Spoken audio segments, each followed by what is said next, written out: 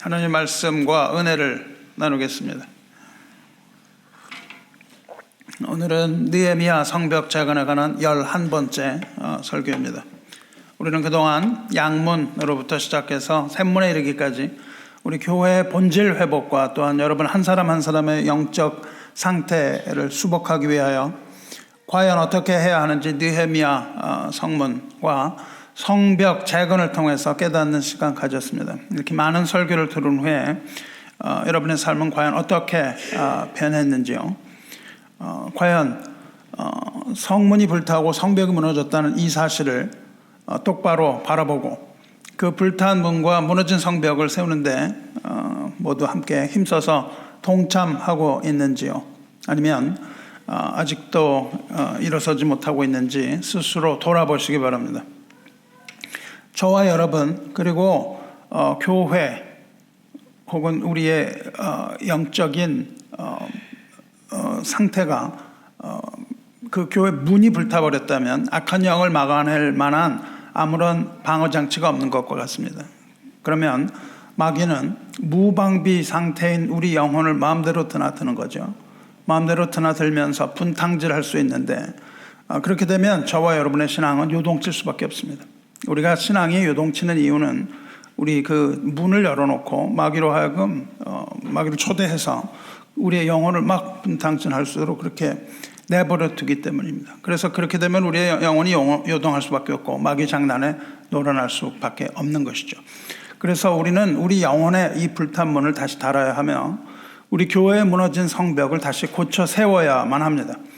여러분 개인의 차원에서도 이렇게 느슨하게 풀어진 이 신앙의 끈을 다시 바로잡고 교회 차원에서도 무너진 믿음과 성벽을 다시 세우는 데 동참해서 주님의 선한 일꾼이 되시기를 주님의 이름으로 축원합니다. 느헤미야 3장으로 다시 돌아가서 그 본문을 보면 샘문, 다음으로 중수한 문이 마문입니다. 마문, the horse gate. 마문은 예루살렘의 동쪽 성벽에 있는 문입니다. 우리가 북서쪽에서부터 이미 돌아서 이 동쪽 성벽까지 이르렀어요. 이 마문은요 말들이 지나가던 곳입니다. 그러니까 말 지나가는데 말이 지나간다 하면 말들만 지나갈 수가 없겠죠. 말이 지나간다는 것은 말을 탄 사람이나 말을 끄는 사람이나 또 말이 끄는 수레 혹은 전차 이런 것들이 다 포함이 되는 것이죠. 여러분 우리는 이렇게 영적으로 마문을 다시 세워야 되는 단계가 됐습니다. 그러면 제가 기도하는 가운데에 하나님으로부터 받은 이 마문 중수의 의무는 그 의미는 과연 무엇을 말하는지 이제 여러분과 나누려고 합니다. 마문 그러면 the horse gate 우리는 말을 떠올리게 되는 것이죠. 말 그러면 여러분은 말에 대해서 어떤 모습을 가지고 계세요? 말을 타보신 분들이 있는지 모르겠는데 말하면 어떤 의미를 모습을 우리가 떠오르게 되냐 그 말이죠. 이 말은요 개와 더불어서 인간과 가장 가까운 동물이고 인간에게 많은 도움을 주는 그런 동물이었습니다. 지금은 뭐 자동차가 나타나가지고 그 역할이 많이 줄었지만 성경에서 말을 찾아보니까 140번 나옵니다. 그런데 140번이나 나오는 그 말이 보통 상징이나 예언 등에 사용이 되었어요. 성경 속의 말이 어떤 의미를 가지는지 우리가 돌아봐야 되고 이것이 어떻게 사용되었는지 먼저 알아보려고 하는 거예요. 첫째로 말은 상징으로 쓰이지 않을 때는 보통 운송이나 이동수단입니다. 먼 길을 가거나 무거운 짐 지고 가는데 말을 타고 다녔어요. 성경에도 그런 일들이 나옵니다. 둘째로 말은 부와 권력의 척도입니다. 가난한 사람이 말을 가졌다는 이야기가 나오지 않아요. 말을 가진다는 것은 부와 권력의 상징입니다. 전도서를 보면 이것에 대해 아주 역설적인 이야기가 나옵니다. 전도서 10장 7절 보면요. 종들은 말을 타고 고관들은 종들처럼 땅에 걸어 다니는도다. 이렇게 나와요. 그러니까 유일하게 나옵니다. 종들이 말을 타고 고관들이 걸어다니는 이 장면이 나와. 이건 있을 수 없는 것을 이야기하는 거예요. 그러니까 종들은 걸어다니고 고관들이 말을 타는 거잖아요. 근데 전도서에서는 그 인생의 헛됨을 이야기하면서 이 사회적인 모순, 지금 이 사회가 어떻게 되는 거예요? 종이 말을 타고 고관이 종처럼 이렇게 걸어 다녀야 하는 이런 모순된 거를 역설적으로 풍자할 때에 오직 한 번 이렇게 썼습니다. 그 다음에 말은 속도의 상징이죠. 나귀나 낙타 이런 것들 타고 다녔는데 그런 동물에 비하면 비교할 수 없이 빠른 초고속 교통수단이 말입니다. 당시에는. 그래서 말들을 지금도 말 경주시키는 그 경마, 도박 이런 것들이 있잖아요. 그 말은 빠른 것을 상징하죠. 그런데 성경에 등장하는 말은 대부분이 부정적으로 등장합니다. 부정적으로 사용돼요. 실제로 말은 율법적으로 부정한 동물입니다. 말 굽이 하나거든요. 마비 굽이 하나고 되새김질하지 않는 동물. 이거는 부정한 동물이에요. 그래서 말은 제사에 사용하지 못합니다. 그리고 말 고기를 먹어서도 안 됩니다. 그럼에도 불구하고 이스라엘 사람들은 이 율법적으로 부정한 동물인데도 불구하고 돼지처럼 그렇게 불결하게 생각하지 않았어요. 그렇게 생각하지 않고 오히려 말은 왕궁이나 군대나 이런 데서 따로 길렀습니다. 왜 길렀냐면 식용이나 제사용으로는 쓸 수 없죠. 그러나 말은 이 마차를 운송하는 목적이나 또는 더 중요하게 전쟁용으로 길렀어요. 그래서 이 말들을 그렇게 기른 아주 그냥 고관들의 집에서 살았다고 말입니다. 성경 속의 말은요 주로 힘 그리고 능력 이런 거를 상징하는 중요한 상징물입니다. 특히 군대의 힘을 나타낼 때 주로 말이라는 상징을 사용합니다. 용감함, 충성 이런 것들의 상징이기도 하지만 말은 놀라운 힘 그 자체예요. 욥기를 읽으신 분들은 뭐 기억이 나실지 모르겠는데 욥기에 하나님이 나타나세요.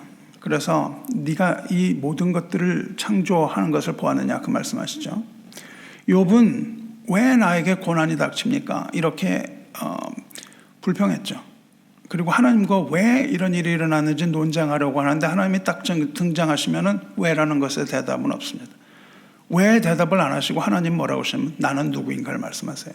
나는 창조주다 이 말씀을 하십니다. 그때 하나님이 조성하신 모든 창조 세계를 가지고 나오세요. 이 창조 세계를 가지고 나오시는데 그 중에 하나 말입니다. 말의 용맹함. 이 용맹한 말 하나님 만드셨다는 거예요. 그러면서 하나님 뭘 보여주시냐면 말의 갈기를 들고 나오세요. 말 갈기. 흩날리는 갈기의 모습을 보았느냐. 이 흩날리는 멋진 모습을 보면서 그 갈기를 막 휘날리는 이 말의 모습을 보면서 그 힘과 그 매력에 감탄할 수밖에 없지 않느냐 이렇게 말씀하시는 겁니다. 말이 뒷발길질하면 얼마나 강력해요. 말이 작심하고 걷어찰 때 그 말의 헛발길질에 한번 맞으면 사자라 할지라도 그 목숨 보전한다는 그런 보장이 없습니다. 여러분이 그 무슨 네이처 이런 거 보시면은 얼룩말이 이렇게 있다가 그냥 걷어차죠. 그거 맞고는 정통으로 맞으면 살지 못합니다. 그 정도로 말 강력하죠. 그래서 말 뒤에는 서는 게 아니죠. 이렇게 강력한 말의 힘은 자고로 고대 전쟁에서는 강력한 국가의 힘을 나타낼 때 사용이 돼요. 현대전은 무기의 우월에 따라서 승패가 갈리죠. 그래서 어떤 나라가 어떤 무기를 가지고 있느냐, 뭐 핵무기를 가지고 있다 그러면 가장 강력한 힘을 상징하는 거잖아요. 근데 고대 전투는 무기가 그렇게 발달하지 않았기 때문에 마병대, 기병대의 강인함이 전쟁의 승패를 갈랐습니다. 그래서 말을 타고 전쟁하는 군대가 이런 거죠.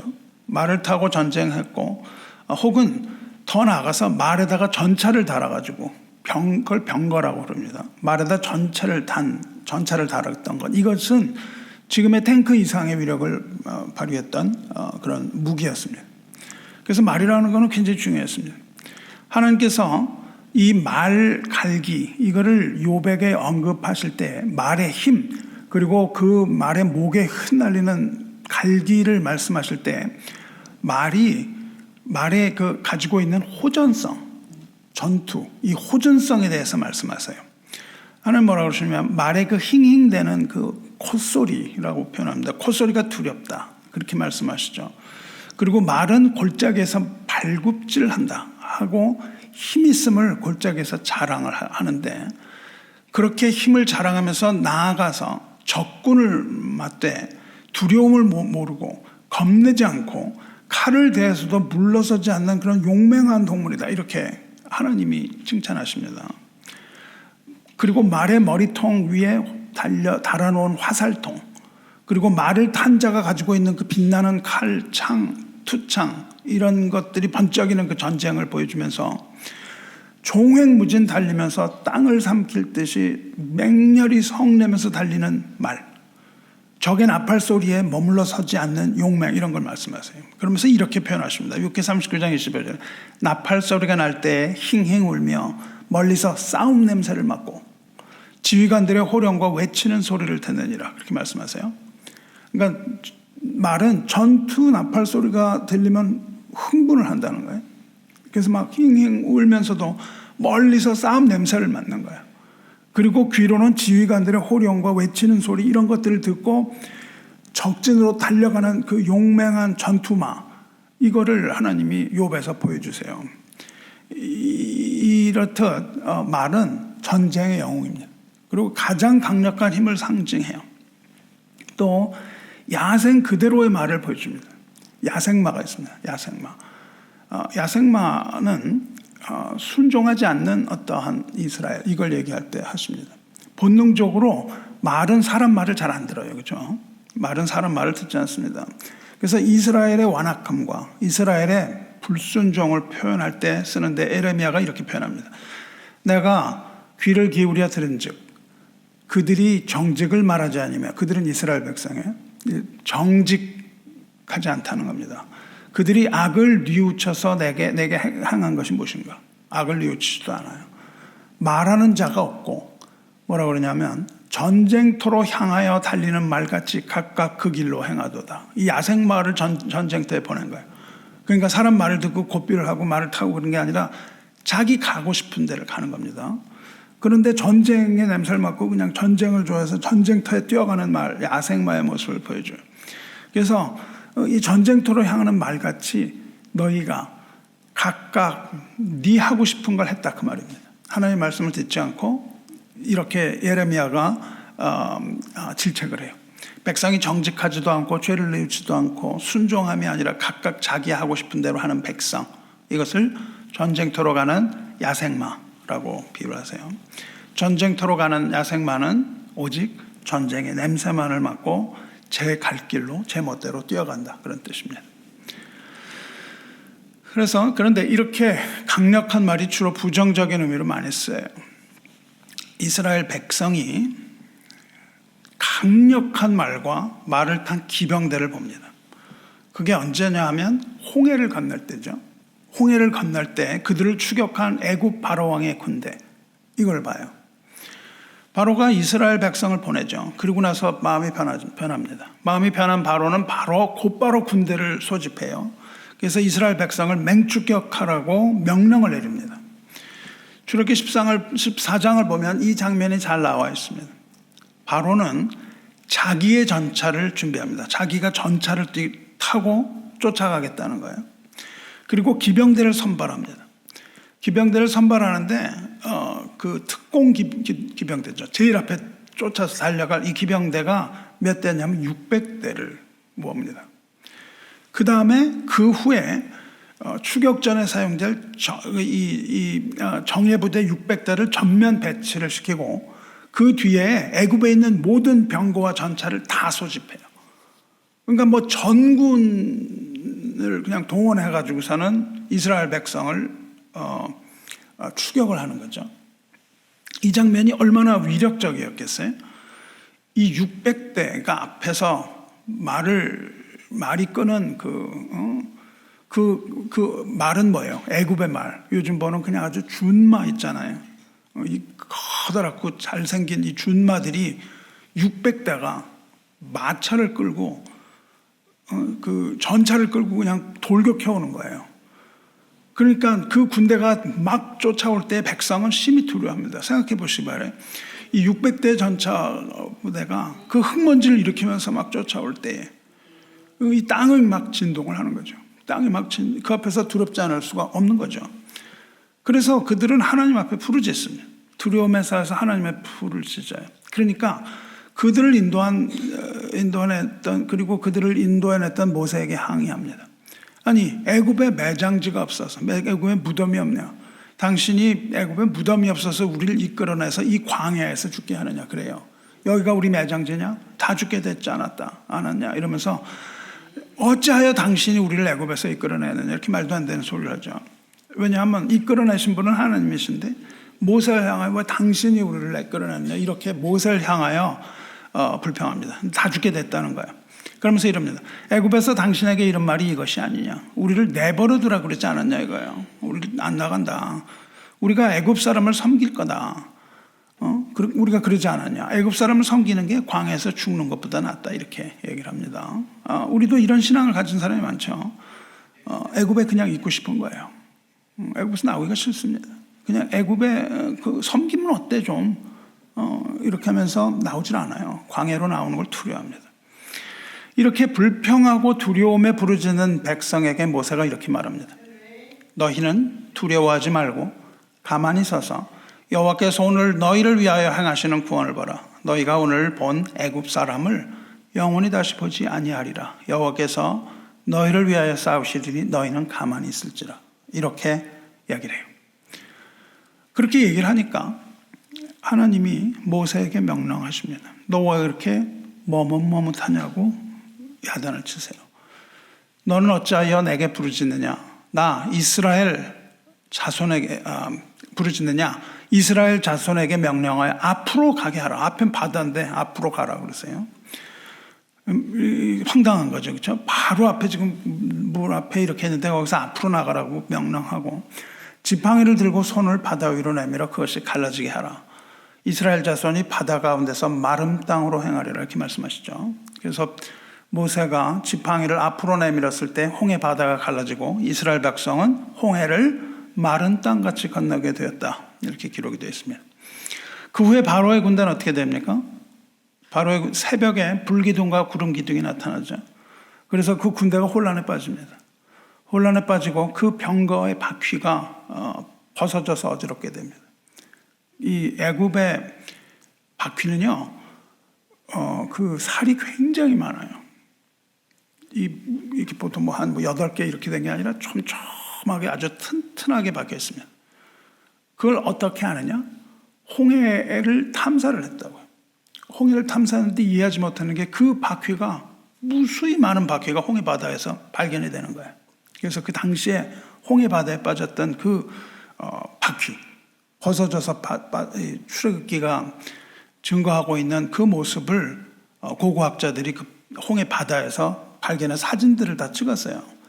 그 사진을 보니까 아주 잘생기고 굉장히 큰 바퀴입니다. 어마어마하게 큰 전차를 의미하죠. 그 큰 바퀴가 그냥 촘촘히 있는 그런 바퀴들이 그 바다 밑에서 발견됩니다. 결국 어떻게 돼요? 이 병거와 마병들이 다 홍해물에 빠지죠. 그렇게 이스라엘은 구원을 얻었다 그 말입니다. 구원을 얻었어요. 그래서 이 이스라엘 백성이 이제 바다를 건너갑니다. 바다 건너가서 그 바다 맞은편 땅에 서서 이 바다를 건넌 모세와 백성은 그 건너편에서 노래를 부릅니다. 그것을 모세의 노래라고 부르죠. 출애굽기 14장에서 이 홍해가 갈라지는 장면이 나오고 15장은 모세와 백성이 하나님을 찬송하는 노래예요. 그 15장 1절 이렇게 시작합니다. 내가 여호와를 찬송하리니 그는 높고 영화로우시니며 이렇게 하면서 뭐라고 그러냐면 말과 그 탄 자를 바다에 던지셨음이로다 이렇게 말한다고요. 말과 그 말을 탄 자를 바다에 던지신 하나님을 찬송합니다. 그러면서 뭐라고 고백하냐면 여호와는 나의 힘이요 노래시며 나의 구원이시로다. 그는 나의 하나님이시니 내가 그를 찬송할 것이요 내 아버지의 하나님이시니 내가 그를 높이리로다. 여호와는 용사이니 여호와는 그의 이름이시로다. 그가 바로의 병거와 그의 군대를 바다에 던지시니 최고의 지휘관들이 홍해에 잠겼고 깊은 물이 그들을 덮으니 그들이 돌처럼 깊음 속에 가라앉았도다. 이렇게 하나님을 찬송합니다. 애굽의 그 무시무시한 추격대를 바라본 후, 홍해를 건넌 후에 말과 말탄자가 얼마나 두려웠으면 그 말과 탄자를 하나님이 바다에 던지셨다는 것을 바로 찬양의 맨 머리에 두냐고요. 그 두려움으로부터 벗어난 그 구원을 보는 겁니다. 모세와 백성은 이 말의 힘을 본 거예요. 그리고 기병대의 그 막강한 힘을 보았습니다. 하지만 모세는 그 말과 병거보다 훨씬 더 강력한 하나님의 능력을 거기서 동시에 보는 거예요. 그러니까 쫓아오는 말과 기병을 보았을 뿐만 아니라 그것을 바다에 던지신 하나님의 능력을 동시에 본 것이 모세입니다. 그런데 모세는 그렇게 찬송을 했는데요. 이 백성은 이제 그 강한 마병대 힘을 부러워하는 겁니다. 이걸 가지고 싶은 거예요. 하나님이 아니라 이 강력한 군대가 그들을 보호해줄 것이다. 이런 생각에 이르는 것이죠.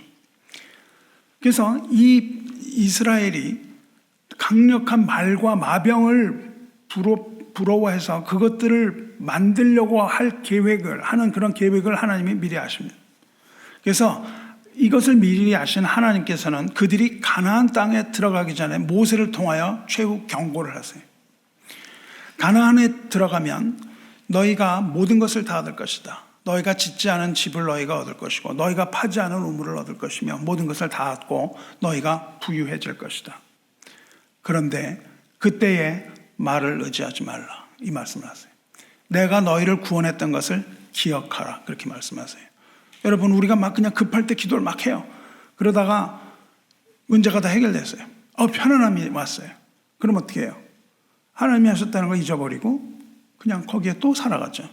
그러지 말라는 겁니다. 하나님이 우리를 구원하시면 우리가 거기에서 그것을 하신 분이 하나님이라는 것을 기억하고 하나님께서 하신 말씀을 따라 살려고 해야 된다는 거예요. 그래서 하나님께서는 가나안에 들어가서 너희가 부유해지는 후에 말을 의지하지 마라. 즉 군대의 힘을 의지하지 말라고 경고하세요.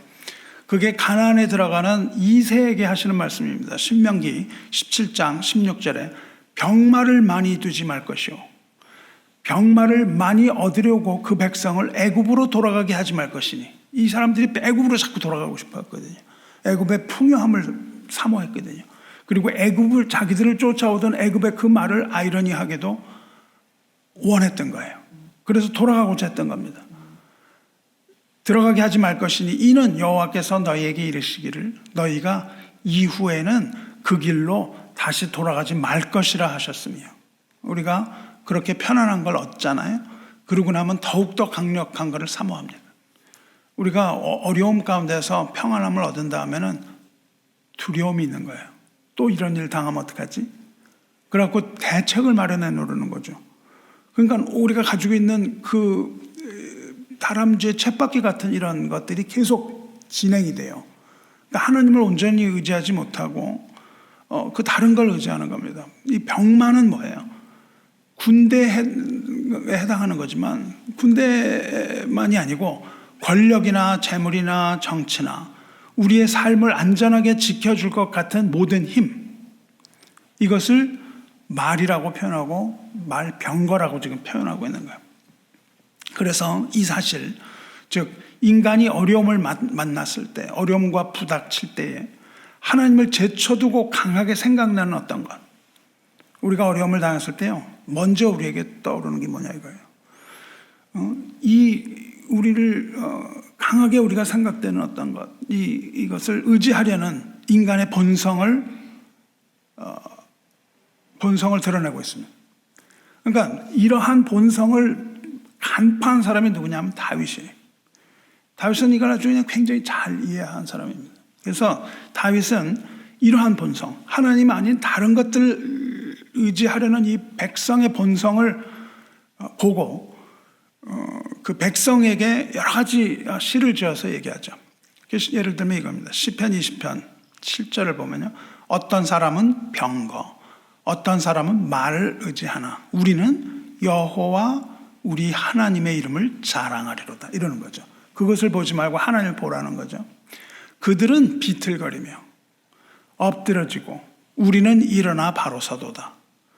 여호와여 왕을 구원하소서. 우리가 부를 때 우리에게 응답하소서. 이렇게 이야기를 합니다. 조금 더 지나가서 33절 편을 보면 많은 군대로 구원 얻은 왕이 없으며 용사가 힘이 세워도 스스로 구원하지 못하는도다.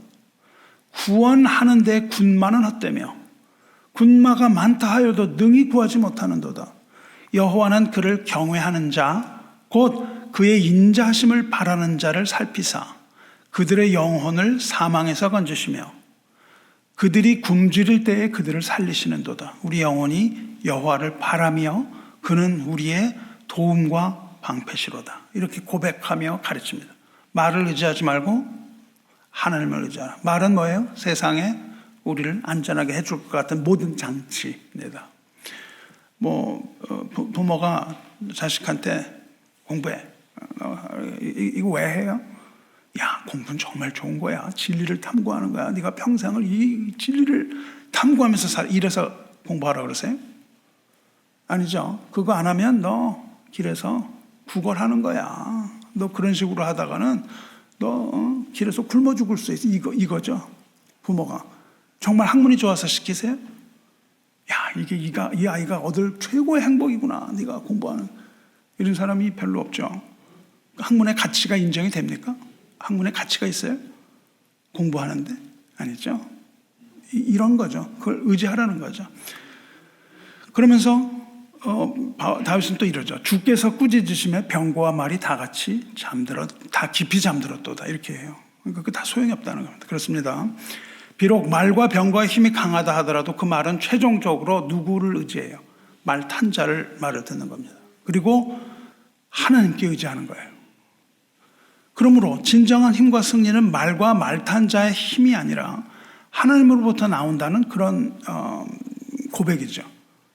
저와 여러분도 이것을 믿으시기를 바랍니다. 그러므로 하나님을 믿는 우리는 말을 의지하지 말고 빠른 병거를 의지하지 말고 오직 하나님만을 의지해야 될 줄로 믿습니다. 교회가 그리고 또 여러분이 영적으로 회복되기 위하여 필요한 것은 마몬을 증축하는 거예요. 그 의미는 뭐예요? 우리가 의지하는 재물과 힘이나 이런 것들을 의지하지 말고 오직 하나님만을 의지해야 됨을 뜻합니다. 교회는 이제 다른 어떤 곳에도 의지하지 않고 오직 하나님의 주권과 통치만을 믿고 우리가 가지고 있는 이 인간적이고 인본적인 생각을 내려놓아야 한다는 거예요.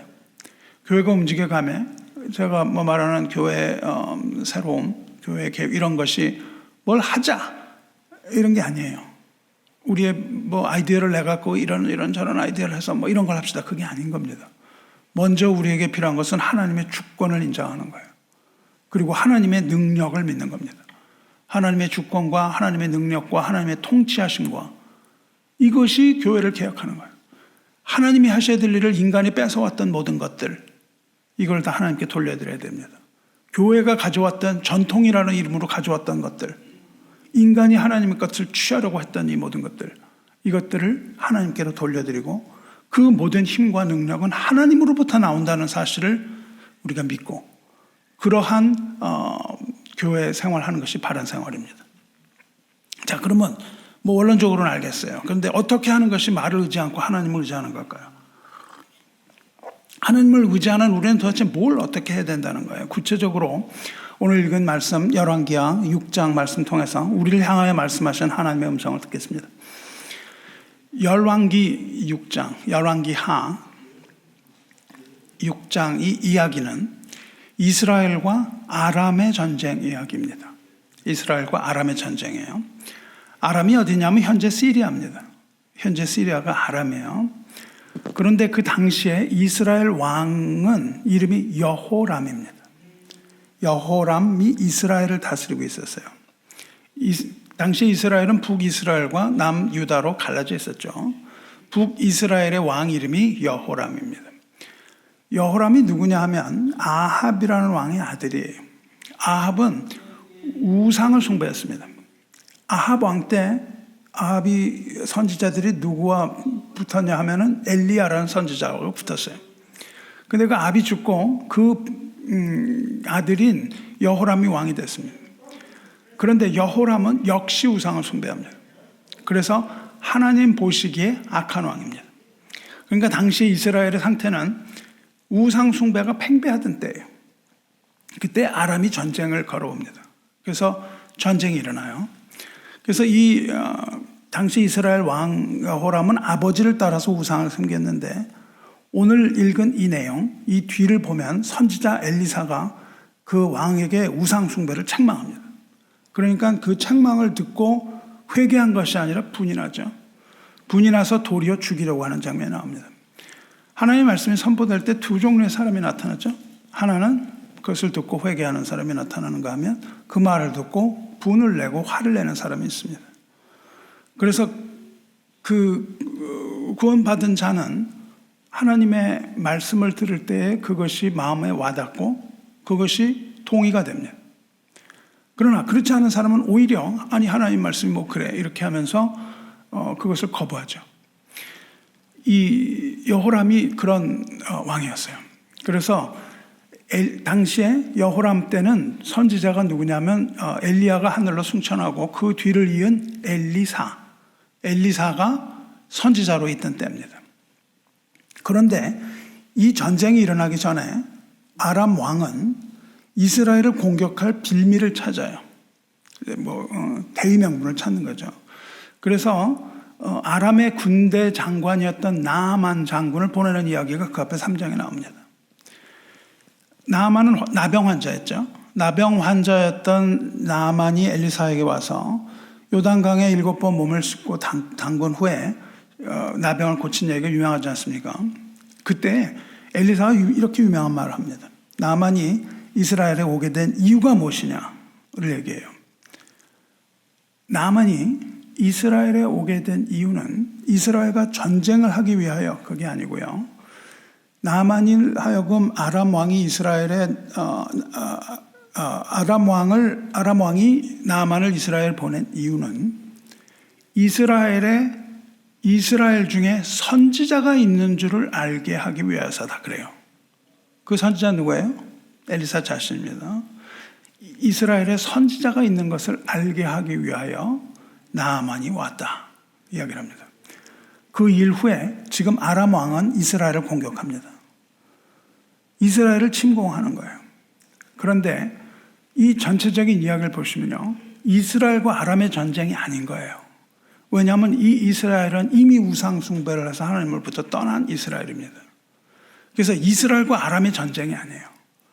이 전쟁은요, 이스라엘과 아람의 전쟁이 아니라 사실은 아람과 엘리사의 전쟁입니다. 아람이 엘리사 한 사람을 공격해요. 그리고 더 나아가서는 하나님과 아람의 전쟁이라는 사실을 잊지 말고 보셔야 합니다. 이것이 이스라엘과 아람의 전쟁이 아니라 하나님과 그 대리전을 치르고 있는 엘리사의 전쟁, 이렇게 보셔야 됩니다. 지금 그 얘기를 해보려고 합니다. 이제부터 엘리사를 뭐라고 부르냐면 하나님의 사람이라고 부릅니다. 하나님의 사람이라고 불러요. 이 전쟁을 맡은 하나님의 대사입니다. 그리고 그 전쟁의 대리인이에요. 그래서 하나님의 사람이라고 부르는데 제가 부르는 게 아니라 본문에 그렇게 써 있습니다. 하나님의 사람. 당시에 아람은 강력한 국가였어요. 아람은 강력한 국가였고 그 왕은요, 훌륭한 작전 참모들을 가지고 있었습니다. 그래서 8절을 보시면 이 아람 왕이 치밀한 작전 계획을 세웁니다. 치밀한 작전을 세우면서 이제 지도를 보면서 자, 여기에 진영을 치고 뭐 이렇게 하죠. 전투를 보면은 이 고지를 점령하고 뭐 여기에 진영을 캠프를 돌아.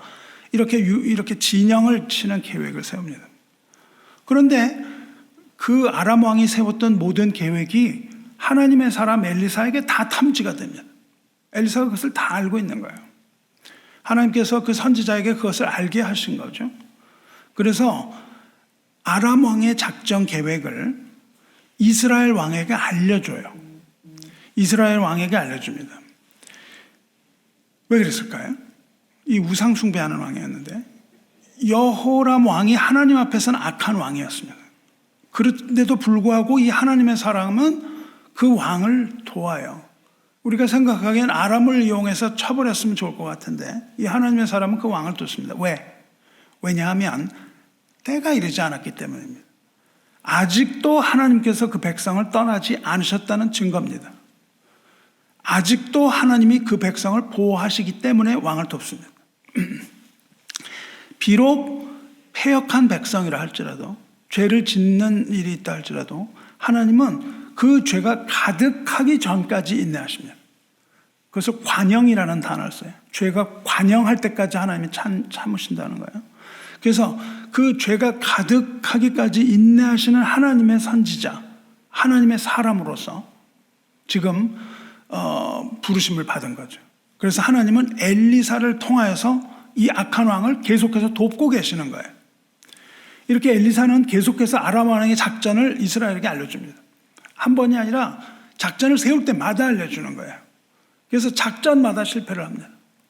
그래서 아람은 작전마다 실패해요. 그러니까 이렇게 거듭나는 아람 왕은요, 작전 계획이 계속 실패하니까 조급해집니다. 이제 조급해졌어요. 그러면서 어떻게 생각을 하냐면 이 내부에 첩자가 있구나 이렇게 생각을 합니다. 왜냐하면 자기가 생각했던 게 너무 확실하게 드러나고 할 때마다 실패를 하니까 야, 내부에 첩자가 있어. 그래서 부하를 부릅니다. 부하를 불러서 내통하는 간첩, 이 제5열 이 첩자들을 색출하라 하는 그 간첩 색출 작전에 나섭니다. 그렇게 명령을 하니까 그 부하 중에 한 사람이 노노노 그래요. 그게 아니다 얘기를 합니다. 첩자가 있는 게 아니고요. 왕이 당신이 침실에서 하는 말을 엘리사가 다 듣고 있습니다. 그렇게 얘기를 해요. 다 듣고 있어요. 이미 나만을 통해서 엘리사 선지자 엘리사의 명성이 아람에 그냥 자자해진 겁니다. 그래서 당신이 세우는 그거 침실에서 하는 말까지 다 들립니다. 이렇게 얘기해요. 그러니까 그 말을 들은 왕은 그걸 믿습니다. 아람 왕은요. 그 엘리사가 지금 어디 있어? 그러고 물어봅니다. 어디 있냐? 알아보라고 명령을 합니다. 내가 지금 당장 군대를 보내서 그를 체포하겠다. 이렇게 으름장을 놓으면서 지금 어디 있냐고 물어봐요. 그러니까 부하가 보고합니다. 지금 도단에 있습니다. 그렇게 말해요. 도단이라는 장소. 이 도단에 있습니다. 이 말은 아람 왕이 그 말을 듣고 엘리사를 잡기 위해서 군대를 도단에 보냅니다. 본문에는 말과 병거와 많은 군사를 보냈다고 되어 있어요. 그러니까 엘리사를 잡기 위해 전군 출동 명령을 내린 거예요. 엘리사 한 사람을 잡으려고 어마어마한 기병대와 마병대와 군사들을 막 보냅니다. 말하자면 토끼 한 마리 잡기 위해서 그냥 일개 군단을 보내는 거예요. 얼마나 두려웠으면 그렇게 했겠습니까?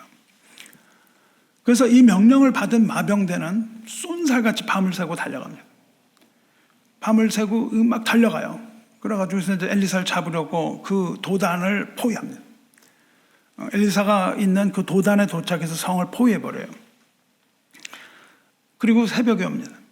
새벽에 왔는데 하나님의 사람 엘리사의 사환이 일찍이 일어나서 밖을 내다보니 군사와 말과 병거가 성읍을 둘러싼 모습을 봅니다. 아침에 자고 일어나는데요. 갑자기 성이 포위당한 거예요.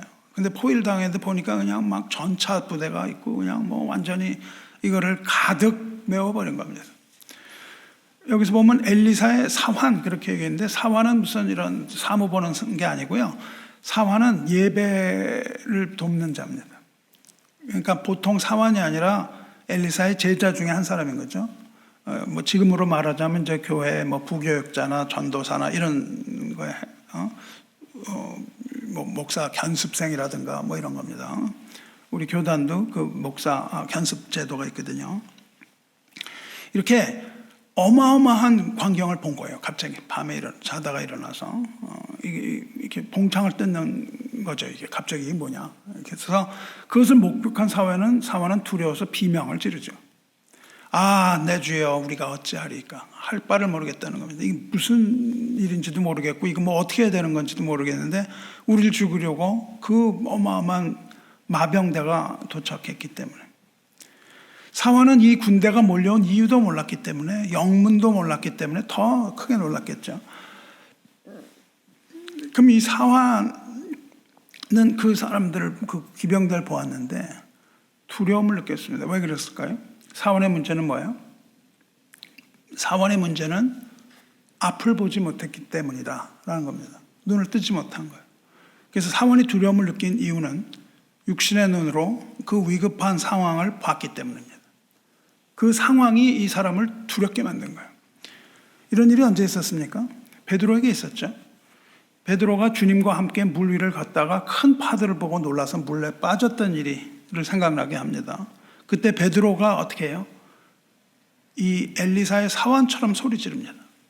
소리 질러 이르되 주여 나를 구원하소서, 이렇게 소리 질렀다고 돼 있어요. 그 상황을 본 거죠. 이 군대를 봤던 상황과 베드로가 그 풍랑이 막 해갖고 그냥 배가 빠질 것 같은 상황을 본 것은 동일한 거죠. 그걸 보고는 어떻게 됩니까? 소리를 지른다고요. 그러자 예수님께서 즉시 손을 내밀어서 베드로를 붙잡으시면서 뭐라고 말씀하십니까? 믿음이 적은 자여 왜 의심하였느냐. 이렇게 믿음이 적음을 꾸짖으십니다. 이렇게 우리가 인간적인 눈으로 판단을 할 때는 우리는 두려움을 이기지 못해요. 두렵습니다. 두렵지 않을 수가 있겠어요? 어제 우리가 아무리 경험이 있다 해도 오늘 동일한 상황을 또 맞닥뜨리면 또 두려움이 오는 거예요. 왜 그래요? 그 문제를 바라보기 때문이죠. 그걸 딱 들어오는 순간 이미 우리 뇌는 야, 더 이상 다른 생각하지 마, 이렇게 명령을 한다고요, 우리 뇌가. 그래서 그거를 딱 바라보면은 우리를 디펜드하죠. 우리를 방어해야죠. 그 방어 수단이 뭡니까? 두려움이라고요. 두려워하지 않으면은 우리 생명 보호가 됩니까, 여러분? 두려움이? 두려워해야 돼요. 겁이 나야 저 높은 산에 안 올라간다고요. 벼랑 있는데 올라가서 겁 없이 올라가다 떨어져 죽는 일 없단 말이죠. 삐죽한 게 있으면 안 된다고요. 겁이 나요. 그렇죠? 그러니까 두려움이라는 건 왜 우리에게 생기냐면 우리를 보호하기 위한 거예요. 근데 두려움의 문제는 뭡니까? 내가 나를 보호하겠다는 거거든요. 그래서 우리 마음에 가지고 있는 이 두려움이 확 들어옵니다. 어떻게 될까 봐. 그래서 그 문제를 바라보고 인간의 모습으로 생각하면 두려움이 없이는 안 돼요. 왜냐하면 그 두려움이 있어야 우리를 보호할 테니까. 여러분에게 문제가 생겼을 때 이 문제를 바라보면 두려움이 옵니다. 그래서 문제를 보지 말고 그 문제를 해결하시고 구원하시는 이 하나님을 믿는 믿음으로 우리가 바라봐야 된다는 것이죠. 사랑하는 성도 여러분, 교회의 마문이 불타버렸다는 것은 다시 말하면 뭡니까? 이 믿음을 잃어버렸다는 것과 동일한 거예요. 교회가 믿음을 잃어버립니다. 마문이 불타면 어떻게 돼요? 엘리사를 포위한 그 마병대가 뚫고 들어오는 거죠. 더 이상 교회는 스스로 보호하지 못합니다. 그게 다 열려있는데 뭐 어떻게 되겠어요? 열려있는데 포위를 당합니다. 마물이 열려있으면 그 마병과 기병대가 즉시로 마문을 통해서 성읍으로 쳐들어올 것이 분명하기 때문에 우리의 영혼 마찬가지입니다. 마문은요, 두려움의 문이라고요. 여러분 영혼에 마문이 열려있으면 악한 영이 여러분의 영혼으로 침입해 올 것이기 때문에 두렵습니다. 교회의 혁신을 위해서는 우리는 불타버린 마문, 즉 무엇을 회복해야 돼요? 믿음을 회복해야 된다고요. 믿음을 회복해야 됩니다. 누구를 의지하는 믿음? 하나님을 의지하는 믿음. 이 믿음의 문을 회복해야 됩니다. 믿음이 없으면 교회는 아무것도 아닙니다. 믿음이 없이는 아무것도 아니에요. 성령의 은사인 이 믿음을 회복하고 이 모든 문제를 믿음의 눈으로 바라보시기를 우리 주 예수 그리스도의 이름으로 축원합니다. 자, 이 사환은 환상을 보고 두려움에 흡수했습니다. 그렇지만 하나님의 사람 엘리사는 그렇지 않았죠. 예수께서 베드로에게 하셨던 것처럼 하나님의 사람은 이 사환에게 동일한 얘기합니다. 두려워하지 말라. 우리와 함께 한 자가 그들과 함께 한 자보다 많으니라 그래요. 그들과 함께 한 자가 이 마병됩니다. 그런데 엘리사는 딴 걸 또 본 거예요. 우리와 함께 한 자를 봅니다. 여기서 사환과 엘리사의 차이점이 뭐예요? 그렇습니다.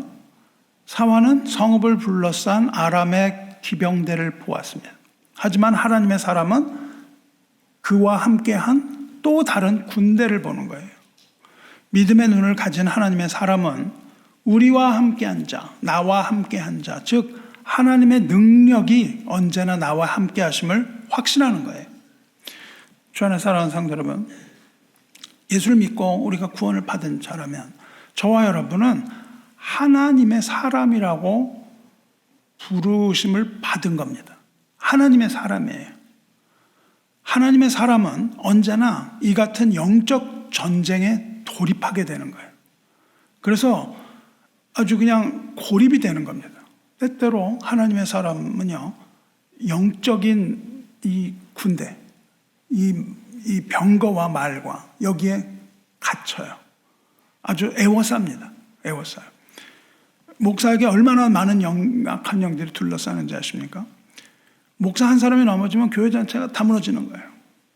한 사람 넘어지면 그냥 끝납니다, 교회가.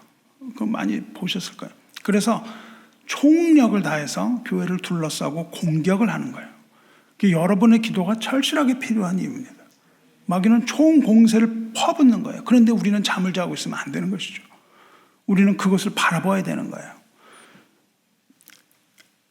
지금 이 말씀은요, 하나님 백성이 영적인 전쟁에 참여할 때 도대체 취해야 될 태도가 무엇인가 자세히 보여줍니다. 여러분이 믿음의 사람이면, 하나님의 사람이라면요, 신명기의 이 말씀을 마음판에 똑똑하게 기록하시기 바라요. 신명기 20장에 이렇게 기록되어 있습니다. 내가 나가서 적군과 싸우려 할 때에 말과 병거와 백성이 너보다 많음을 볼지라도 그들을 두려워하지 말라. 애굽 땅에서 너를 인도하여 내신 내 하나님 여호와께서 너와 함께 하시느니라. 이스라엘아 들으라. 너희가 오늘 너희의 대적과 싸우려고 나왔으니 마음에 겁내지 말며 두려워하지 말며 떨지 말며 그들로 말미암아 놀라지 말라. 그들이 누구예요? 수많은 말과 병거와 그 군대. 그 군대를 보더라도 놀라지 말라. 너희 하나님 여호와는 너희와 항상 함께 행하시며 너희를 위하여 너희 적군과 싸우시고 구원하실 것이라. 이 이야기를 하십니다. 하나님의 사람은 이 말씀을 믿는 거예요. 믿음의 눈을 가지시기 바라요. 이처럼 믿음의 눈을 가진 하나님의 사람은 주께서 함께 하심, 임마누엘, 이 주께서 함께 하시는 주님을 믿음으로 받아들이기 때문에 몰려오는 두려움을 능히 제압하고 그 난국을 주님의 은혜로서 타개해 나갈 수가 있는 겁니다. 엘리사는 그렇게 말합니다. 그렇게 말한 후에 엘리사는, 이 하나님의 사람은요, 그 사환을 위하여 기도합니다. 17절 보시면 여호와여 원하건대 그의 눈을 열어서 보게 하옵소서. 기도하죠.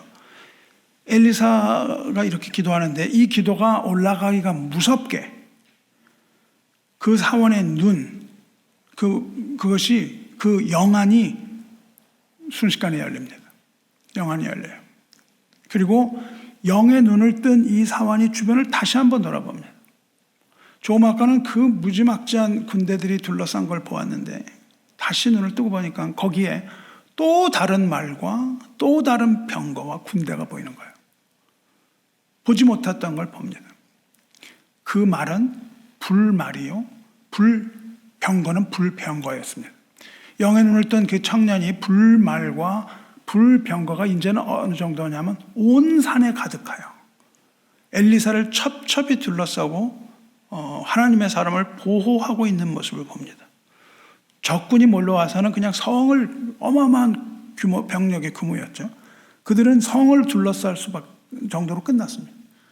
근데 눈을 떠서 보니까 그들은 그대로 있지만 온 산이 다 말과 병거로 가득했는데 그것은 chariots of fire, horses of fire, 이 불이 붙어 있는 그러한 말과 병거의 모습이에요. 이 사원이 무엇을 본 거예요? 이 사원은요, 하나님께서 그 능력으로 하나님의 백성을 보호하기 위하여 보내시는 하나님의 군대를 보는 겁니다. 이 군대는 이 사원이 처음 본 것이 아니죠. 물론 엘리사는 보았습니다. 이 군대를 처음 본 사람은 누굽니까? 야곱입니다. 야곱이 그 엄청난 두려움 가운데 도망을 가죠.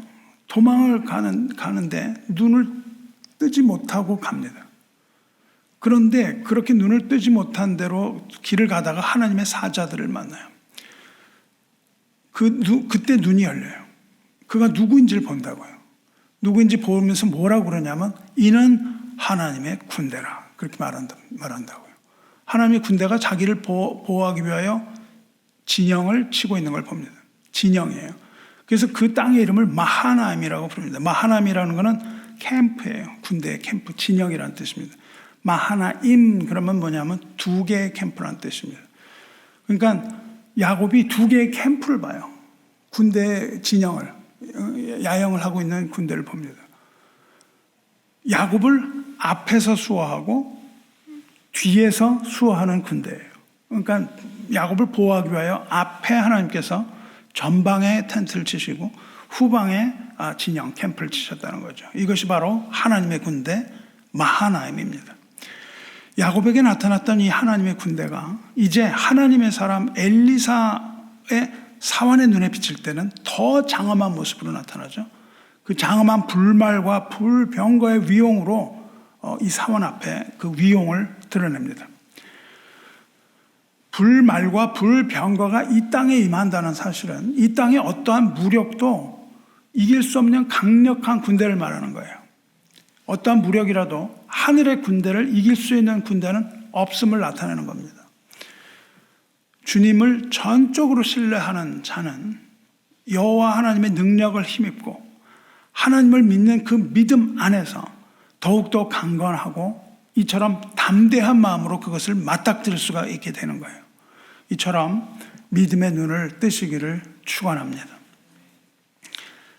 이렇게 사환도 이제 믿음을 가졌어요. 그러니까 엘리사가 아람 군대에 갑니다.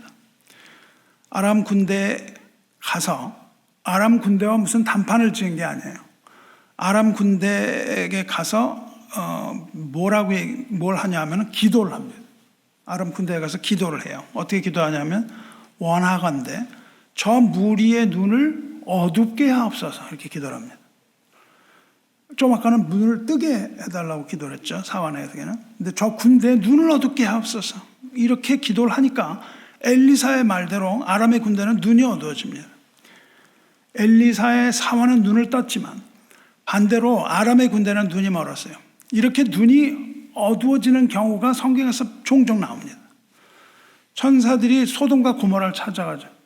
소돔과 고모라를 찾아가서 가니까 롯의 집에 동성애자들이 막 몰려옵니다. 그때 어떻게 해요? 그들이 강간을 하려고 하죠. 그래서 막 그냥 강제로 문을 열고 들어가려고 합니다. 그때 천사들이 그들의 눈을 어둡게 했다. 그렇게 기록되어 있습니다. 그래서 그들이 그 문을 찾지 못하고 헤매는 이야기가 나옵니다. 성경은요, 분명히 우리에게 영적인 눈이 있다고 말하고 있습니다. 그리고 그 영적인 눈을 떠야만 한다. 이 이야기를 하고 계시다고요. 예수님께서 맹인의 눈을 뜨게 하시고 육적으로는 보는 사람, 그렇지만 영적인 눈이 없어서 보지 못하는 유대인들 향하여 뭐라고 그러십니까? 너희가 맹인 되었더라면 죄가 없으려니와 본다고 하니 너희 죄가 그대로 있느니라 이렇게 말씀하시기도 합니다. 또 만일 맹인이 맹인을 인도하면 둘이 다 구덩이에 빠지리라 이런 말씀도 하시죠. 영적으로 무지한 자가 생명으로 인도할 수 없는 거예요. 현대교회가 왜 이렇게 여러분 힘이 없습니까?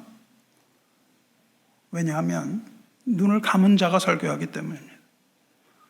죽은 자가 설교하는데 어떻게 살아날 수가 있겠어요? 죽은 자는 생명을 살릴 수 없습니다. 우리가 먼저 하나님 안에서 생명을 얻은 자가 되어야 되고 하나님 안에서 영적인 눈을 뜬 자가 되어야 하는 거예요. 여러분이 전도를 할 때 여러분이 죽은 자라면 어떻게 전도할 수 있겠습니까? 여러분이 영적인 눈을 뜨지 않았는데 무슨 전도를 한다는 거예요. 먼저 우리 눈을 뜰 수 있게 해달라고 하나님께 기도하시기 바랍니다. 영적인 눈을 뜨게 하는 것은 우리가 아닙니다. 영적인 눈을 뜨게 해주시는 분은 오직 메시아 외에는 없다고 얘기했어요. 그리스도 외에는 우리의 눈을 뜨게 해주시는 분이 없습니다. 오직 하나님과 그의 아들 메시아 그리스도 외에는 눈을 뜨게 해줄 수 있는 분이 없어요. 이렇게 아람 군대는 눈을 뜨고 있었지만 앞을 보지 못해요. 그러니까 엘리사가 이제 그들에게 가서 말합니다. 이 길은 너희가 찾는 길이 아니야. 그리고 너희가 찾는 사람은 여기에 없어 그래요. 그러니까 이걸 보고 또 신학자들은 거짓말했다 이거예요. 자기가 거기 있었는데 왜 또 그게 아니죠. 엘리사는 여기 있잖아요. 지금 이야기하고 저 성에 없거든요. 지금 도단 성에 있지 않고 나와서 그들과 대면하고 있잖아요. 그러니까 너희가 찾는 길이 아니야. 여기는 너희 찾는 사람이 여기 없어. 그러면서 뭐라 그러냐면 내가 너희를 그 사람에게 인도해 줄 것이 나를 따라오라. 그리고 사마리아로 갑니다. 이거 엘리사 거짓말이 아니죠. 왜냐하면 엘리사가 실제로 그들을 인도해서 자기가 있는 곳으로 가게 하잖아요. 엘리사가 데려간 곳이 어디냐 하면 이스라엘 군대의 진영으로 데리고 들어갑니다. 사마리아로 데리고 들어가요. 그러니까 속여서 이게 뭐 삼국지 읽는 것처럼 말이죠. 속여가지고 그쪽으로 데려갔다 이렇게 해석을 하는데 그렇지 않습니다. 그거 읽어보면 알아요. 그 군대 엘리사가 그들을 함정으로 유인한 것 같죠. 근데 그런 이유가 아니었다는 게 곧 밝혀집니다. 아람 군대가 엘리사를 따라서 이스라엘 군대가 주둔한 그 사마리아에 도착했을 때 엘리사가 또 기도를 합니다. 여호와여, 이 무리의 눈을 열어서 보게 하옵소서. 이제 그때는 모르고 따라왔거든요. 근데 눈을 이제는 뜨게 해달라고 기도를 합니다. 그러니까 그들이 눈을 열어서 눈을 떠서 봤는데 뭐가 보여요? 이번에는 사마리아였단 말이죠. 그리고 자기들을 둘러싼 이스라엘 군대를 보는 겁니다. 함정에 빠져서 죽게 된 거죠, 이제. 그러니까 이제는 사태가 역전이 된 겁니다. 그리고 이제 그들이 위험에 빠진 거죠. 그러니까 이스라엘 왕이 여호람이 엘리사에게 물어요. 내가 치리이까? 내가 치리이까? 두 번이나 물어요. 친다는 건 죽인다는 겁니다. 이 사람들 다 죽일까요? 쳐서 죽일까요? 이거 얼마나 좋은 기회겠어요? 다 죽일까요? 이렇게 질문해요. 이제 도관에 든 쥐예요. 엘리사가 업적을 이룬 거죠. 싹 유인해갖고 데려왔으니까 이제 죽일까요? 이렇게 물어보는데 엘리사가 허락하지 않습니다. 엘리사가 뭐라고 했냐면 치지 말라. 칼과 활로 잡은 자인들 어찌 치겠느냐. 그러면서 오히려 떡과 물을 그들 앞에 주어 마시게 하고 그럽니다. 쳐서 죽이는 게 아니라 어떻게 해요? 죽이지 말고 먹을 것과 마실 것을 주어서 주인에게 돌려보내라. 이렇게 얘기를 합니다. 성도 여러분, 엘리사가 그들을 유인하여 위험 속으로 몰아넣은 거는 그들을 죽이기 위한 게 아닌 걸 알겠죠. 엘리사는 그렇게 무슨 손자병법을 해가지고선 속여서 데리고 온 게 아니라고요. 엘리사는 조금도 망설이지 않고 아람 왕에게 은혜를 베풀라고 얘기를 해요. 엘리사가 그들을 사마리아로 데려온 것은 뭡니까? 이스라엘 왕에게 승리를 가져다 주기 위한 게 아니라고요. 왜냐하면 애시당초 이스라엘과 아람의 전쟁이 아니었거든요. 그래서 이스라엘 왕한테 승리를 가져다 주는 것이 아니고 목적이 무엇입니까? 이스라엘에 참 하나님의 선지자가 있음을 알게 하려 함이라. 이렇게 얘기를 했거든요. 이것이 전쟁의 목적이었기 때문이에요.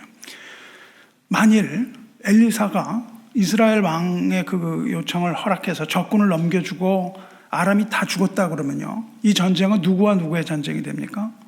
이스라엘과 아람의 전쟁이 되거든요. 그렇게 되면. 그런데 이 전쟁은 누구와 누구의 전쟁이에요? 하나님의 군대 마하나임과 아람의 영적 전쟁이었거든요.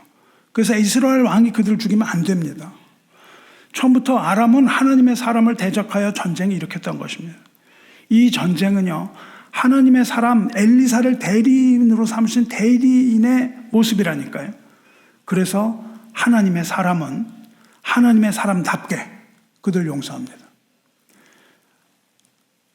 아람은 이제 하나님의 권능을 인식했어요. 이것으로 충분한 겁니다. 엘리사는 자신이 스스로 아람을 심판하지 않습니다. 왜? 심판은 하나님의 있기 때문에. 사랑하는 성도 여러분, 이것이 바로 우리가 회복해야 되는 교회의 또 다른 모습입니다. 첫째로 교회는 이와 같은 영적 전쟁의 대리인이에요. 하나님의 전쟁은 하나님의 군대 마하나임이 합니다. 하늘의 전쟁이에요. 하지만 교회는 어때요? 하나님의 사람 엘리사의 모습을 배워야 합니다. 엘리사는 하나님의 사람으로서 어떤 모습을 보여줍니까? 전투하는 모습이 아니라 기도하는 모습을 보여주죠. 기도야말로 영적인 전쟁을 승리로 이끄는 강력한 무기라는 사실을 잊지 마시기 바랍니다. 영적인 기도의 용사들이 없는 교회는 취약합니다. 불병과 불말 이거를 볼 수도 없고 하나님의 능력을 체험할 수도 없는 교회입니다. 기도의 용사를 모집하려고 합니다. 여러분이 기도의 용사가 돼서 교회와 형제와 자매를 위해서 간절히 기도할 뿐만 아니라 하나님의 나라와 그의 의를 위하여 기도하려고 하는 분들은 용맹한 하나님의 군사가 되어야 됩니다. 용맹한 하나님의 군사로서 자원하시기 바라요. 용사로 자원해서 교회 기도운동에 참여하시길 바랍니다. 이렇게 교회는 기도로 하나가 되어야 돼요. 기도로 하나가 되어서 영적인 전투를 수행해야 합니다. 그것이 영적 전투에 맞서는 모습이에요. 그리고 이사야를 본받아야 됩니다. 이사야가 아니라 엘리사를 본받아야 됩니다. 엘리사를 본받아서 우리 형제와 자매의 눈을 뜨게 해달라고 기도해야 돼요. 우리가 서로 영적인 눈을 뜰 수 있도록 해달라고 기도해야만 하는 것입니다. 이 청년이 어떻게 눈을 뜨게 됐어요? 엘리사 기도의 능력 때문이잖아요. 아람 군대는 어떻게 눈이 멀게 됐나요? 엘리사의 기도의 응답입니다. 이처럼 믿음의 기도는요, 우리 눈을 뜨게도 할 수 있고 감게도 할 수 있는 거예요. 기도는 형제의 눈을 뜨게 할 수 있는 동시에 마귀의 눈이 감기게 하는 이러한 능력을 가지고 있는 것이 우리의 기도입니다. 우리는 그래서 영의 눈을 떠야 돼요. 믿음의 눈을 떠야 됩니다. 그리고 우리가 영의 눈을 뜨기 위해서 필요한 것이 그리스도를 믿는 믿음으로 하나님께 드리는 기도라고요. 나는 매일 여러분 위해서 기도하고 있습니다. 비록 내가 엘리사 같은 그런 영적인 능력이 없다 할지라도 기도할 때마다 하나님께서 나의 기도를 들어주실 것을 확실히 믿습니다. 하나님께서 눈을 뜨게 할 사람의 눈은 뜨게 하시고 눈을 감기게 할 사람의 눈은 감게 하실 겁니다. 여러분도 자신의 눈을 뜨게 해달라고 먼저 기도하시고 뿐만 아니라 형제의 눈을 뜨게 해달라고 기도하시기 바라요. 영적 전쟁은 기도로 하는 겁니다. 오늘 읽은 에베소서를 자세히 보시기 바라요. 우리의 씨름은 혈과 육을 상대하는 것이 아니다. 우리의 전쟁은 통치자들과 권세들과 이 어두움의 세상 주관자들과 하늘에 있는 악의 영들을 상대하는 전쟁이라고 말합니다.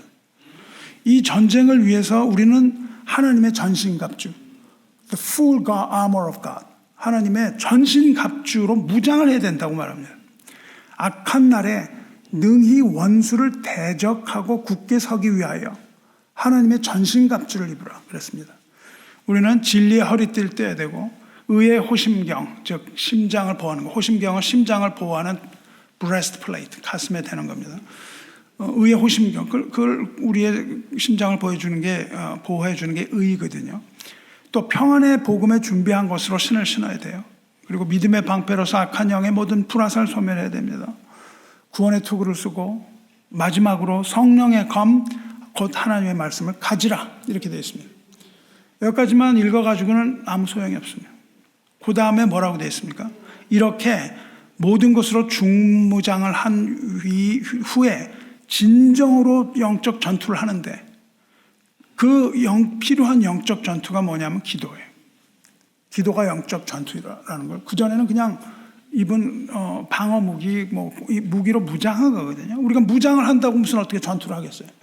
전투를 하는 것은 기도입니다. 6장 18절 보십시오. 모든 기도와 간구, 이걸 다 갖추고 전신갑주를 갖춘 후에 모든 기도와 간구를 하되 그렇게 된 거라고요. 이게 전투에 참여하는 겁니다. 항상 어떻게 해요? 성령 안에서 기도하고 이를 위하여 깨어 구하기를 항상 힘쓰며 여러 성도를 위하여 구하라 이 말입니다. 오늘 엘리사의 이야기에서 나오는 걸 그대로 가지고 오고 있습니다. 가장 중요한 건 뭐예요? 성령 안에서 기도하는 겁니다. 성령을 따라 행하는 거예요. 그리고 깨어서 기도에 힘쓰는 것이며 여러 형제 자매 성도를 위하여 기도하는 거예요. 이것이 아니고서는 영적인 전투에서 이길 수가 없는 거예요. 엘리사가 기도로 승리했던 것처럼 저와 여러분도 성령 안에서 쉬지 않고 기도를 게을리하지 않으므로 우리가 처한 이 치열한 영적 전투에서 승리를 얻으시기를 주님의 이름으로 축원합니다. 그런데 여기서 끝이 아니고 한 가지가 더 필요합니다. 마지막으로 한 가지가 필요해요. 엘리사는 원수를 원수로 갚지 않고 오히려 용서해 줬을 뿐만 아니라 용서에서 그치지 않고 그들에게 관용을 베풀어서 떡과 물을 줬습니다. 이것이 바로 그리스도의 승리의 방법이에요. 천지를 만드신 능력의 하나님 여호와의 방법이 이 긍휼입니다. 용서입니다. 예수님께서 원수도 사랑하라고 말씀하셨어요. 그리고 더 나아가서 악을 악으로 갚지 말고 악에게 지지 말고 선으로 갚으라 그렇게 말씀하셨습니다. 엘리사가 악에게 지지 않고 선으로 갚은 겁니다. 사도 바울은 이 엘리사를 본받습니다. 엘리사를 본받아서 로마서에서 이렇게 말합니다. 로마서 12장 19절에 내 사랑하는 자들아 너희가 친히 원수를 갚지 말고 하나님의 진노하심에 맡기라. 기록되었으되 원수 갚는 것이 내게 있으니 내가 갚으리라 주께서 말씀하시니라. 네 원수가 줄이거든 먹이고 목마르거든 마시게 하라. 그리함으로 네가 숯불을 그 머리에 쌓아놓으리라. 악에게 지지 말고 선으로 악을 이기라. 이렇게 얘기하거든요. 이게 바로 엘리사의 방법이죠. 친히 원수를 갚지 말아야 됩니다. 모든 심판은 하나님의 몫이기 때문에 우리는 판단하지 말아야 돼요. 원수 갚는 일은 주님의 몫이라는 겁니다. 원수를 갚는 것이 아니라 오히려 어떻게 해요? 줄이거든 먹이고 목마르거든 마시게 하는 것이 하나님의 방법이라고요. 이것이 바로 선으로 악을 이기는 방법입니다. 우리가 판단하고 우리가 심판하면 우리는 하나님의 율법의 준행자가 아니고 심판자가 되는 겁니다. 바울이 지금 이 이야기를 한 거냐? 잠언을 인용한 거예요. 엘리사의 가르침이기도 합니다. 잠언 25장에 보면 내 원수가 배고파 하거든 음식을 먹이고 목말라 하거든 물을 마시게 하라. 그리하는 것으로 핀 숯을 그의 머리에 올려놓는 것과 일반이요 여호와께서 내게 갚아주시라 그래요. 우리가 용서하는 건 뭐냐면요, 불타는 숯을 그 사람의 머리 위에 올려놓는 거라는 겁니다. 하나님께서는 믿는 자에게 복수를 허용하지 않으십니다. 믿는 자에게 허용된 유일한 복수가 있는데 믿는 자가 할 수 있는 유일한 복수는 용서입니다. 그것만이 하나님이 허락하시는 유일한 복수예요. 왜냐? 용서하는 것이 원수의 머리에 숯불을 올려놓는 거기 때문에 그래요. 숯불은 뭡니까? 회개의 표예요. 숯불은 마음의 불입니다. 숯불은 회개와 이 부끄러움의 가책 때문에 견디지 못하는 고통이에요. 상대방을 그렇게 용서했을 때 상대방은요, 고통을 받는다는 겁니다. 우리가 원수를 용서하면 그때 그의 머리에 숯불이 놓여서 그는 말할 수 없는 고통을 받게 된다는 겁니다. 하나님께서는 이 방법을 이용해서 원수가 자기 행동에 대한 후회와 부끄러움으로 통한하게 되고 고통 가운데 마침내 그 죄에서 돌이키게 하셔서 서로가 미워할 필요가 없는 평화와 화해를 이루게 되기를 원하시는 거예요. 그래서 우리가 원수를 용서하고 그에게 먹을 것과 마실 것을 줄 때 그것은 마치 숯불이 머리에 있는 것과 같이 되어 그 사람을 하나님께로 돌아오게 하는 통로가 된다는 겁니다. 우리가 끝까지 용서하지 못하고 완악하게 마음으로부터 복수하는 것은 두 사람 모두를 파멸로 이끄는 증오의 화신이 되는 겁니다. 교회도 마찬가지예요. 교회는요, 교회를 공격하는 모든 세력을 악으로 갚지 말아야 됩니다. 마귀의 속삭임에 속는 형제들이 있어요. 형제들이 속습니다. 그래서 교회를 무너뜨리려고 합니다. 그런데 교회는요, 그들을 원수로 생각하면 안 되는 거예요. 그들을 원수로 생각하는 것이 아닙니다. 이 사람이 이렇게 교회 했으니, 이 사람이 나한테 이렇게 했으니 원수가 되는 게 아닙니다. 우리는 그것이 아니라 믿음으로 그 사람의 눈을 뜨게 해달라고 기도를 해야 되는 거예요. 그리고 그 과실을 용서해야 됩니다. 그리고 떡과 물을 주어서 머리에 숯불을 쌓아줘야 돼요. 그러면 하나님께서 갚으십니다. 그래야만 진정한 하나님이 사람이 되는 거예요. 근데 우리가 그런다고 모든 사람이 다 회개하고 돌아섭니까? 아닙니다. 그럼 어떤 일이 일어나죠? 만일을 용서했는데도 머리에 숯불이 쌓여서 그 고통을 받지만 그것을 고통으로 여기지도 않고 회개하지도 않고 돌아서지도 않는다면 더 이상은 이 사람은 하나님 앞에서 핑계할 수 없습니다. 더 이상의 핑계가 있을 수가 없어요. 왜냐하면 그 용서를 받고 사랑을 받았음에도 더 이상 이 사람이 돌아서지 않았기 때문에. 그러면 그것이 그를 스스로 심판에 이르게 하는 거예요. 이것이 그리스도 예수의 사랑의 복음입니다. 그 복음을 받아들인 자는 구원을 얻을 것이요, 받아들이지 못하는 자는 심판에 이르게 되는 거예요. 이와 같이 생명의 복음을 따르는 주님의 제자가 되시기를 주님의 거룩한 이름으로 축원합니다. 말씀 마치도록 해요. 우리는 마문을 건축해야 돼요. 마문은 힘을 의미하죠. 마문 건축의 의미는 말과 병거와 군대를 가지라는 것이 아니라 말과 병거와 군대의 그 많음을 두려워하지 말라. 그리고 오직 우리와 함께 하신 하나님만을 의지하라는 의미예요. 이를 위하여 교회는 무엇을 회복해야 됩니까? 믿음을 회복해야 된다고요. 믿음을 회복해야 됩니다. 그리고 그 믿음으로 기도하며 영적인 눈을 떠야 되는 거예요. 그래서 졸지 않고 깨어서 영적인 전쟁을 두려움 없이 담대하게 직면하고 담대하게 대면하고 마귀와 당당하게 맞서야 됩니다.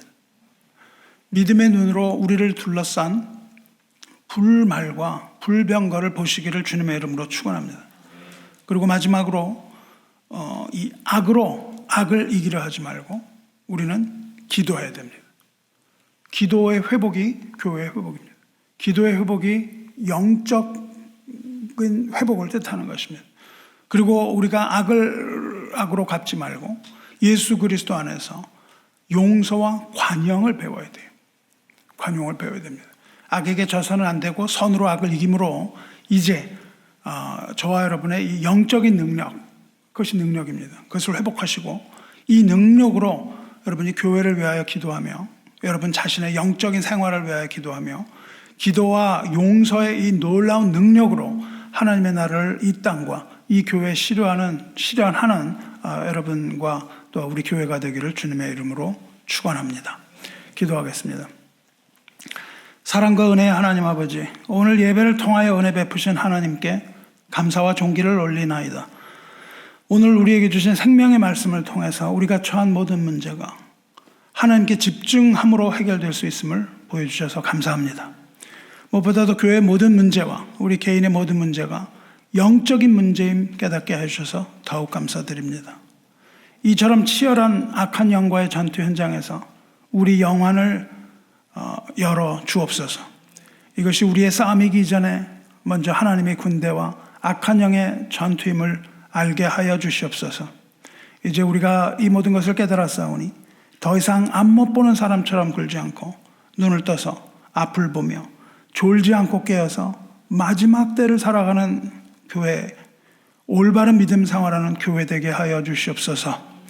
이제 우리에게 우리의 믿음을 회복시켜 주셔서 성령의 은사인 성령 안에서 행하게 하시고 성령 안에서 무시로 기도함으로써 모든 전투에 승리하게 하여 주시옵소서. 또한 원수를 사랑하라는 주님의 말씀 거역하지 않고 우리 마음에 싹트는 모든 미움은 뿌리부터 제거하시고 오직 사랑과 관용으로 서로 사랑하게 하시고 마침내 구원하여 주시옵소서.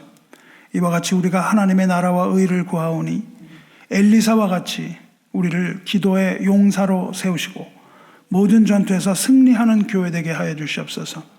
우리 인생의 길이요 진리요 생명이신 우리 주 예수 그리스도의 이름으로 기도드리옵나이다. 아멘.